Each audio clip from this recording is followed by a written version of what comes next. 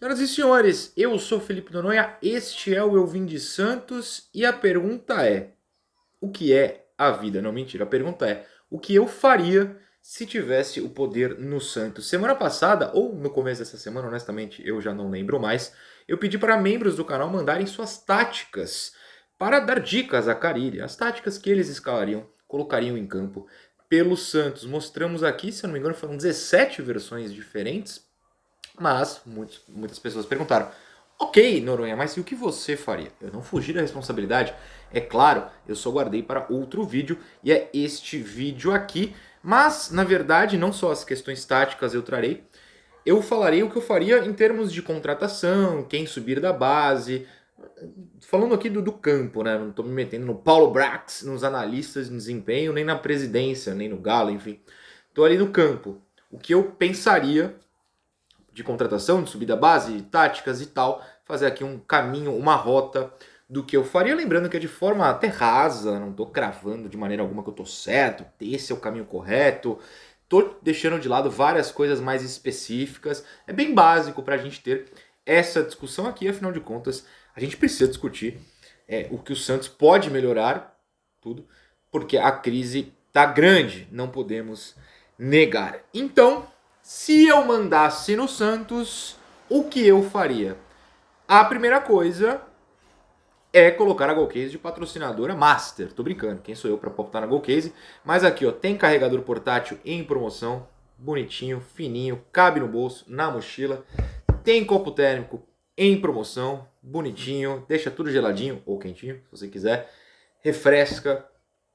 Tem garrafa térmica? Tem. Tem a versão preta, tem a listrada, que já é minha favorita, tá ali, ó, do lado da minha cama, porque eu tomo muita água antes de dormir. Na Golcase que você tem desconto e aproveita essas promoções somadas ao desconto com o cupom Eu Vim de Santos aqui no QR Code ou no link na descrição, você sai com tudo isso e muito mais na mão. Tem as capinhas de celular, tem outras versões de garrafas, tipo essa aqui, a Urban. Versão não falta para você escolher e ter um ótimo material nas suas mãos lá na Golcase, tá bom? Tá bom. Mas agora, sério, o que eu faria no Santos? Vamos começar, então, do começo. Incrível. O primeiro passo. Tem janela abrindo aí no dia 10 de julho. O que, né, em que posições eu contrataria? Quem eu subiria? Quais posições precisam de mudança? Eu acho que tem posições que não precisam. Já já a gente chega lá. Primeiro ponto é que desde já, me deram o poder hoje, desde já, na verdade isso tem que ter sido feito, tinha que ter sido feito há muito tempo, tinha que estar sendo feito há muito tempo. Eu já subiria um monte da base, um monte é um exagero, não tem tanta gente assim, mas diversas peças da base, para que eu já fosse observando, nos treinos mesmo, eu não tô nem falando de escalar, muito menos de titular, mas nos treinos mesmo, em que posições eles não podem ocupar os espaços. Eu não tô nem pedindo aqui, eu não vou fazer isso ao final, quando eu falar de tática, que os experientes saiam do time, que eu barraria um monte de nome, que tem que tirar os 11 e colocar 11 moleques. Não vou passar nem perto disso, não é essa a questão. Mas eu preciso descobrir que buracos no elenco principal, e a maioria dos buracos está no time reserva, tem no time titular também, mas a maioria está no time reserva, no banco. O banco é muito raso. Que buracos podem ser tampados, fechados, por jogadores que estão na base, que não custam um valor de compra, que pelo menos até se provarem realmente bons titulares, como no caso do JP Sherman, não vão custar aumento de salário, cuja renovação ou já foi feita na base, ou você pode falar, ó, tem 6 meses de brasileiro aí, ano que vem a gente discute. Não ia precisar gastar muito agora. Não estou falando que todas as posições tem gente pronta na base, inclusive não tem mesmo, já chegou lá. Mas eu teria que estar fazendo essa observação já há algum tempo. Como eu passei a mandar hoje nessa brincadeira aqui, primeira coisa, de hoje, dia 28, se não me engano, até o dia 9, eu não estou parando as negociações que eu já tenho, mas até abrir a janela, esses caras vão me mostrar, ok, esses buracos vocês estão preenchendo, então eu não preciso sair gastando a roda. Isso já devia estar sendo feito há um bom tempo. É só você pegar, por exemplo, o exemplo do Miguelito, que eu, de novo, não estou falando que tem que ser titular e já estive mais empolgado. É sempre bom pontuar, porque o pessoal acha que eu vivo preso nas opiniões do passado. Não é o caso. Mas, fazer uma pergunta muito simples aqui. Se o Casares não existisse no Santos e existisse o Miguel, o Santos deixaria de ir para a final do Paulista no primeiro semestre? A existência do Casares no time do Paulista mudou a vida do Santos, finalista do estadual? Honestamente, não. Ao mesmo tempo, isso teria mudado a carreira do Miguel, que já teria minutos no profissional. Nem que fossem pra gente descobrir como, não que a gente já não soubesse, mas como descobrimos com o Casares, que não dava. A gente já teria feito os testes, ele já teria mostrado se é capaz ou não, e a gente teria descoberto. O Casares não foi uma peça fundamental no Paulista, não teve utilidade, jogou diversas vezes, mas, por exemplo, o Otero foi muito mais titular do que ele, e pro brasileiro foram atrás do Patrick para jogar no lugar do Casares, e por fim o Casares sendo embora, não joga mais pelo Santos. Então assim, não dava para ter testado o Miguel. Contra a Inter de Limeira, que é o jogo que o Casares faz o seu único gol pelo Santos. Né? É um só que ele fez, onde eu me lembro. Mudava a vida do Santos ter o Casares ou ter o Miguel ali? Não mudava. Mas a gente preferiu, a gente, entre aspas, né? Preferiu ficar dando chance pro Casares, chance pro Casares, chance pro Casares. Não mudou a vida de ninguém, 6 meses depois ele tá indo embora. Testes já deveriam ter sido feitos. Sabe quem fizeram? Com quem fizeram? E deu certo? Porque foram obrigados? Com a lateral direita. Contrataram o Rainer, contrataram o Aderlan, o titular é o JP Chimon. E eu não tô nem incluindo o Rodrigo Ferreira, porque foi depois. Mesmo assim, e aí é uma falha de memória minha, dá pra gente falar que o Rodrigo Ferreira já estava acertado junto ao Mirassol antes do JP Sherman ganhar a vaga, porque o JP ganha a vaga na final do Paulista. E o Rodrigo já estava acertado no final da primeira fase. Então, contrataram um monte de cara e a resposta estava onde? Na base. Testa, testa, testa. Não quero testar. Testa, não quero. Filho, não tem outro pra colocar. Vai ter que jogar ele. Ai, tá bom. Olha só, é titular. E eu nem tô cobrando que o Miguel, que o Bernardo, que qualquer outro aí seja titular. Só testa. Descobre. O JP Sherman não tremeu. Tem altos, tem baixos, tem falhas. Tem 18 anos, vai evoluir. E se não evoluir, tem 18 anos. Vai estudar, entendeu? O Casares não. O Casares é... No Santos, enfim, ele não é caro. Vamos pensar um outro jogador. Qualquer jogador. O Rainer. O Rainer não vai evoluir. O Rainer não tem valor de revenda. O Rainer custou caro. É um salário mais alto. Ou pelo menos era até o JP renovar. O Santos foi lá pagar pro Azures. Olha o custo. E a resposta estava ali na base. Nem pro Sub-20 o Sherman precisou subir. Chegou a jogar a copinha, era reserva, em boa parte. Ele era do Sub-17 ano passado. Puf! Titular do profissional. A resposta estava lá e ninguém testou. Quando testou por obrigação, descobriu que era ele, o melhor de todos. Enfim. Esses testes já deveriam ter sido feitos. Com isso dito, vamos posição por posição. Goleiros, que eu faria com a base. Não tem ninguém na base pronto para subir. O único que está o melhorzinho de potencial é o João Pedro, que já treina, mas tem 16 anos. Você não coloca um goleiro de 16 anos no profissional, a não ser que ele seja o novo Levi Ashin, o novo Gordon Banks, ou sei lá, o novo Gilmar dos Santos Neves. Não é o caso do João Pedro, eu acho. Não, talvez ele já estivesse jogando. Mas em termos de base eu não faria nada. Daqui a pouco eu falo de mercado. Lateral direito também não, acabei de falar. Você tem o JP Chirmão, você tem o Aderlan, que deveria, na minha opinião, ser o primeiro reserva. Ah, é o Rodrigo? Tá bom, eu sobrevivo. O Rainer, sei lá. Lateral esquerda, tem o que fazer. Lá na lateral esquerda tem que subir o Souza. Ah, mas ele sofre a musculatura e todo jogo ele sente. Sabe como é que você soluciona isso? Tem que aumentar a carga até o corpo dele se acostumar com a carga, não é? Eu sou leigo, mas é por aí. Vai treinar com profissional. Vai puxar ferro mais pesado. Vai levantar o leg press mais peso. Vai correr atrás do Rainer e não do lateral do Tanabi. Hoje, por exemplo, hoje mesmo, o dia que eu tô publicando esse vídeo, quando esse vídeo entrar já acabou o jogo, se eu não me engano é às 3. Mas o Santos enfrenta o Aguaí no Sub-20. O Souza foi tirado do jogo para treinar com o profissional. O que é melhor pro Souza? Correr contra o maluco do Aguaí, com todo respeito. O Aguaí pode ter vencido o Santos, eu não sei. O jogo já acabou. Não acabou quando eu tô gravando, mas já acabou quando fui pro ar. É melhor ele correr contra o cara do Aguaí? Ou é melhor ele correr contra o Rainer e entender o que é a velocidade de um adulto? Pra mim é simples. De novo, análises rasas aqui, porque eu não sou nenhum gênio, muito menos da educação física, mas me parece mais vantajoso ele se acostumar. Treinar contra um Aderlan, contra o Rainer, digo porque embate na lateral direita e lateral esquerda, contra o próprio JP Sherman, se for o caso, do que contra o lateral do Aguaí, que de repente é um gênio da bola e o Santos vai contratar o lateral do Aguaí hoje, mas não me parece ser o caso. Eu acho que é Aguaí, se eu errei o nome foi mal aí. Na zaga, a resposta é muito óbvia, eu subiria o Jair, eu não ficaria com o Baço mesmo, Deixa o Alex lá. O Alex me incomoda ser o primeiro reserva. Se ele for o quarto reserva, tá bom. Não tá bom também, mas enfim. Sobe o Jair. O Jair tem que estar no... Ah, mas as partidas dele recente no Sub-20 não foram boas. Verdade. Ele tem motivação pra jogar no Sub-20? É uma pergunta muito séria. Ele vai evoluir o que jogando no Sub-20? Ele não tem que ser atacado em vez dos atacantes do Aguaí ou do Bahia Sub-20 jogaram contra o Santos semana passada. Pelos Patricks, Bigodes e Morelos, não é grande coisa, eu sei. Mas eu prefiro que ele trombe com o Morelos numa bola aérea, num pivô, entenda que ele vai ter que segurar esses caras mais parrudos, mais fortes, do que contra o atacante do Jabaquara Sub-20 que ele enfrentou na primeira fase do Paulista. Ele precisa estar lá.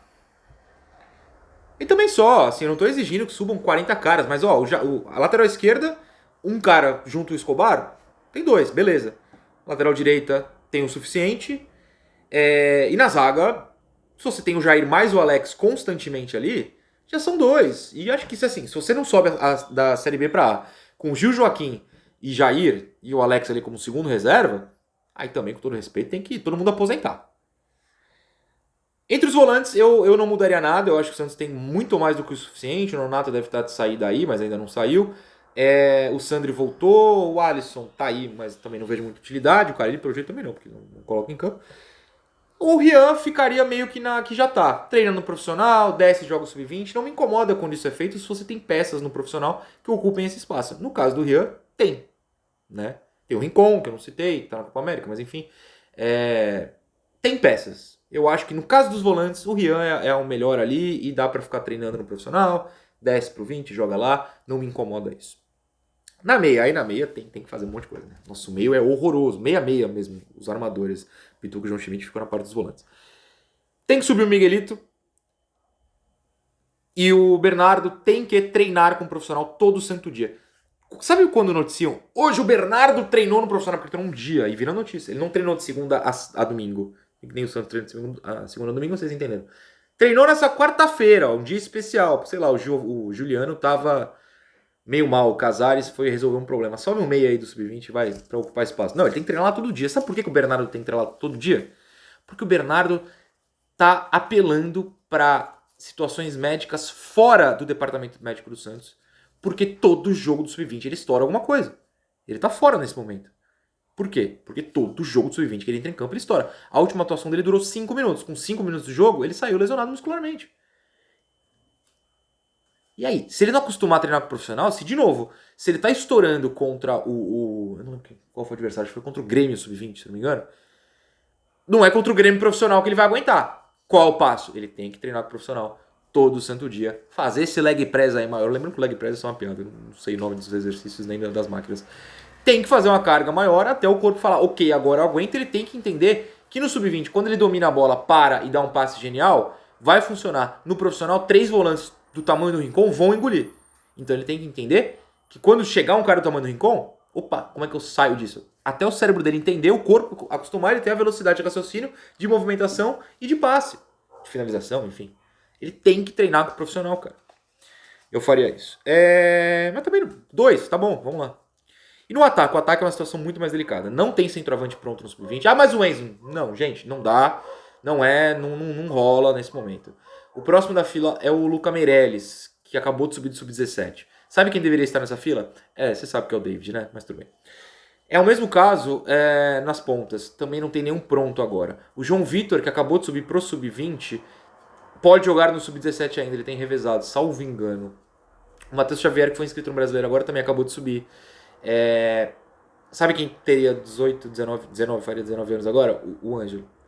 Então assim, o pessoal subiu cedo, foi desperdiçado e agora a gente tá olhando lá pra baixo. No Sub-20, 20 mesmo, não no 17, não tem ninguém que você fale, ó, sobe aí. Por enquanto. O João Vitor no Paulista tava indo pro banco. Por que parou? Por que não volta? Ele é forte fisicamente. O Matheus Xavier vai render, tá fazendo gol toda rodada no Sub-20. Vamos ver, vamos descobrir. Tem que descobrir. Pronto, ninguém está. Então, no mercado, 10 de julho, o que o Santos tem que apresentar? Lembrando sempre que tem que apresentar já no 10 de julho, né? A negociação tem que estar rolando agora. Não é 10 de julho, chegou 10 de julho, vamos começar a pensar. Não. Tem que saber. E, na minha visão, fatalmente eu vou errar alguma coisa ou outra, mas vamos lá. Se você sobe essas peças para tampar certos buracos, você, economiza, acho que isso é fato, e dois, até diminui a quantidade de posições, né? Porque olha só, beleza, você vai precisar de um centroavante. Ninguém no clube quer o Morelos? Ok. Precisa se livrar, primeiramente, mas tá. O William Bigode, com todo respeito, não tá rolando. E o Furt tá rolando. Então você precisa de pelo menos alguém pra jogar como é que o cara ele fala? Na troca de características com o Furt. Apesar de que ele pediu alguém igual ao Furt. Mas eu faria alguém diferente. Você precisa de um centroavante. Você precisa de pelo menos um ponta, sendo bem generoso, você precisa de ponta, né? Você tem o Guilherme que tá lesionado de novo. Você tem o Otero que não tem jogado bem. Você tem o Pedrinho que só joga mal. Você tem um Patati que não funcionou. O que tá faltando? Entrou o Patrick outro dia. Eu tô pensando no Patrick como meia, mas o cara ele gosta. É que quando eu chegar na parte da meia e da parte tática eu falo sobre isso. Mas enfim. Ponta precisa, pelo menos um ali. Mais próximo a um Guilherme do que a um Pedrinho. Um goleiro reserva. Eu contrataria um goleiro reserva. Eu sou bem sincero. Eu acho inaceitável que o Santos, mesmo que o Brasão não seja a maior promessa sub-25 do gol brasileiro, eu não acho possível assim que o Santos não suba com o Brasão. Ah, mas ele falhou. Compensa no ataque. O Santos tem que ganhar de 2-1 se ele falhou. Ah, mas ele falhou 2 vezes. Tem que ganhar 3-2. O Santos tem que ter mais ataque. E não tem. Eu acho que contratar um goleiro... Eu já mudei de opinião 2 vezes sobre isso, mas não nesse vídeo, nos vídeos recentes. Mas hoje eu acho que dá pra você pensar num goleiro reserva que dispute uma posição, que faça uma sombra. Por exemplo, João Paulo ano passado não tinha reserva. Hoje o Brasão não tem reserva. Você precisa ter o famoso Jandrei Urgente, que não é o Jandrei, é só um meme do canal, que é um cara que o titular olha e fala, pô, se eu for mal hoje, eu vou perder essa vaga. O Brasão tem que ter alguém que ele olha e fala, eu vou perder a vaga. E não dá pra quando o Brasão tomar uma pancada, e graças a Deus ele tá bem, como eu falaria pra qualquer um, mas toma uma pancada, aparentemente tá desacordado, a gente olha pro banco, que é o que a gente fazia no passado e faz nesse momento do ano. Então precisa de um goleiro reserva, assina ali 6 meses, não é possível que não tenha um, talvez não tenha, né, sei lá. Um zagueiro, talvez, veja que eu já tô indo pro talvez. E um meia, talvez. Por que um meia, talvez? Porque se você sobe o Miguel e ele se torna um reserva decente, você tem um Juliano, um Miguel, querendo ou não um Patrick, querendo ou não um Otero. Tem peças. Então dá pra você economizar. Se a troca é simples, se você tá sobrevivendo até agora, sai um Casares, entra o Miguel for melhor, dá pra você economizar. Se você faz esses testes aí, o Miguel volta semana que vem, a Bolívia acaba a Copa América no final de semana, já tá eliminado. Matematicamente não tá, mas vai ser. O Miguel é igual ao Casares, você tá sobrevivendo. O Miguel é pior que o Casares, aí você primeiro vende o Miguel e aí contrata um cara. Assim, eu acho que não precisa muito mais do que isso. Eu não contrataria laterais nesse momento, por exemplo. Táticas. Nada super inventivo aqui, eu separei 4 possibilidades só pra gente discutir. A primeira é um 3-5-2. O Jair, que poderia ajudar na saída por baixo, inclusive. Com o Jair ajudando nessa saída por baixo, ele, Gil, Joaquim. O Jair ajuda mais na saída por baixo, não por lançamentos, né, Joaquim? Permite, por exemplo, que no 3-5-2 os 5 não sejam só os 2 alas, 2 volantes e um meia, seja um volante e 2 meias, porque o Jair avança com a bola, tem ele mais um volante, e aí tem 2 meias à frente até para receber. E o Santos tá encarando times retrancados e não tá sabendo quebrar. Tem que botar mais alguém para armar. Na minha opinião, tá faltando alguém que arme, porque o Pituca tá sendo armador e o Juliano tá jogando lá pra frente. Então você avança o Jair com a saída por baixo. Você tem a possibilidade de escalar um 3-5-2 com 2 meias em vez de 2 volantes. E o Carille já faz isso, né? Os alas avançam muito em qualquer sistema aí no 4-3-3, mesmo os 2 alas sobem o tempo inteiro. Se você tem mais uma segurança lá atrás, um terceiro zagueiro, você pode soltar o Sherman e, na minha opinião, o Souza, mas que seja o Escobar, para jogar lá para frente. E o retorno deles não precisaria ser tão desesperado, porque você teria um volante para cobrir o lado, né, fazendo o balanço, e um terceiro zagueiro para ajudar nisso. De novo, estou analisando aqui sem nada muito inventivo e até de forma rasa para ficar simples. E aí no ataque, né, você poderia, por exemplo, soltar um Guilherme para variar mais de lado. Hoje ele fica muito preso na esquerda. Você teria só 2 atacantes nessa formação, 3-5-2, o Guilherme mais o Furt, ok. Avançou muito o Souza, o meia, tem 2 meias? Um meia pode ajudar e o Guilherme pode ser a surpresa do outro lado. Ou ele pode fazer essa participação com o Souza e os meias avançarem pelo outro lado também, para você fazer uma inversão e pegar desprevenido, né? O futebol tem muito disso, você está todo mundo te marcando aqui, do outro lado tem gente livre. Eu acho que dá para sobreviver assim. Talvez não, só levantando hipóteses. Um 4-4-2 muito pedido. O cara ele vive dizendo aí que ele faz isso, só que o meia que ele coloca, ele abre na ponta. Então não é meia, é ponta. Dá pra você jogar com dois, na minha visão. E assim, 2 meias, 2 atacantes. A formação clássica que a gente, mais velho, via nos anos 90 e começo de 2000. Guilherme Furt, vamos lá, Juliano e Otero, não tô nem inventando muito. O Juliano já não joga lá na linha do ataque mesmo? Se você tem alguém pra armar essa jogada pra ele, que não é um volante improvisado, desesperado, tentando armar, o Juliano pode ser o homem surpresa. Ou ele arma, já que ele não é muito de correr, e entra um outro cara. Surpresa na área. Com o Guilherme de novo variando. Mas ele abriu na esquerda. O Xermão passou. Mas ele abriu na direita. O Souza passou aqui. Na minha visão, você não perde tanto. É um exemplo muito fácil de inversão de ponta e um gol do meio entrando na área. Claro que é o maior gol da história do futebol, então é um exagero. Mas é só pra todo mundo pensar nele, porque é fácil de lembrar. O gol Delano na final de 2002. O que o Robinho era? Atacante pela esquerda. Você tinha o centroavante. Naquele jogo era o William, mas usualmente o Alberto. Mas era o William naquele jogo. E se bem que eu acho que ele já tinha saído. Mas enfim. E na direita não tinha ninguém. O que aconteceu naquele lance? O Robinho inverteu o lado, puxa a bola pro meio, vai pra ponta direita e toca pra trás. Quem é que entra? O Elano, o meia surpresa. Eu acho que dá pra fazer. Mas enfim. Que é o outro gol, que é mais ou menos isso. O Neymar jogava como em 2011? Só com o Zé Love ao lado. Basicamente sozinho. No segundo gol da final da Libertadores, que é o gol do Danilo, de novo, é um gol muito famoso pra todo mundo lembrar de cara. É o lateral direito que tá recebendo a bola lá na direita que leva pro meio pra bater. Ou seja, o Neymar tá lá na esquerda, quem foi fazer o ponta aqui? O lateral. O Adriano Pagode cobria aqui, ó. Sei lá, eu acho que dá pra fazer. Posso estar errado também. De novo, análise rasa só pra gente pensar. Mas vamos ficar no 4-3-3? Então vamos ficar no 4-3-3.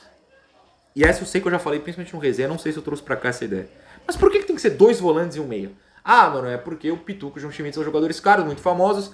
Pô, gente, mil desculpas, mas assim, são profissionais. Tira um dos dois e bota um outro meia. É que hoje não tem, mas eu tô partindo do princípio que teria. Vamos lá, desculpa, João Schmidt, vai ter que ser o Pituca de primeiro volante. Hoje você senta no banquinho, volta no domingo. Ou na semana que vem, porque a gente nunca joga de final de semana. 2 meias, cara. A gente precisa ter o tempo inteiro 2 volantes? Eu acho que não. E por que eu acho que não? Porque o Santos, primeiro, joga com equipes muito mais recuadas do que ele. Segundo, se o Pituca o tempo inteiro tem que ser o armador, por que você não joga com um volante aqui, que já tá sendo um volante, e bota um armador no lugar do Pituca? Não especificamente da pessoa Pituca, você pode recuar o Pituca. Sei lá. Deixa 2 armadores. Juliano não vai querer entrar na área, bota um outro cara pra armar, especialista nisso, e deixa o primeiro volante aqui. Eu acho que dá pra fazer um 4-3-3 na mudança de característica. Não é o que o cara ele gosta? Mas essa característica ele não troca de nenhum, eu acho curioso. E aí, só uma ousadia aqui pra brincar de novo, só tô dando ideias rasas, vocês podem passar ideias muito diferentes e melhores. 2-3-5, vamos fazer um 2-3-5. Você joga com 2 zagueiros, um volante só e 2 laterais. Esses laterais vão ter muito mais responsabilidade defensiva, mas esse volante não vai avançar tanto. Então, basicamente, o sistema defensivo fica igual. E o que é o 2? Esse é o 2-3, um volante, 2 coisas. E o que são 5 lá? 2 meias, 3 atacantes. Né? Um meia entra mais na área, o outro recua. O ala vai avançar, o outro segura. O tempo inteiro você pode ter 5 caras variando posição. Sai da área, abre um espaço para o outro entrar. Acho que dá. Eu acho que dá. Você não precisa ficar num 4-3-3 para sempre. Você pode mudar posicionalmente com as mesmas peças que já estão em campo. Mas formar um ataque mais fluido e de movimentação melhor do que o 4-3-3 hoje, que na verdade é um volante parado de primeiro, um outro volante sendo responsável pela armação e o meia preso ao lado do centroavante. Eu acho que dá pra fazer. Talvez não dê, sei lá. Deixa eu ver se eu esqueci alguma coisa. Não, é isso mesmo. Inclusive você pode colocar alguns laterais pra ajudar na armação, né? Se o meia avançou lá, não tem essa história do lateral cortar pro meio e ajudar na armação. O Dorival fazia muito isso com o Zeca, por exemplo. Também é um exemplo pra gente lembrar fácil. Faz isso. Manda o Souza, aliás, o Xermão daqui, o Souza daqui, corta pro meio, o Escobar que seja. Avança o meia. Você vai ter o outro meia e uma lateral para armar. E você manda o outro zagueiro, o outro lateral, segurar. E pronto, não abriu, arrombou o sistema defensivo. Pensamentos, apenas pensados. Deixa eu mandar só um parabéns pro Márcio Neves, porque o seu filho, Márcio Neves, pediu um parabéns para você. Ele falou que você assiste todos os meus vídeos, então fica um parabéns. Beijo para você. pro filho, para todo mundo. Deu para mim por hoje.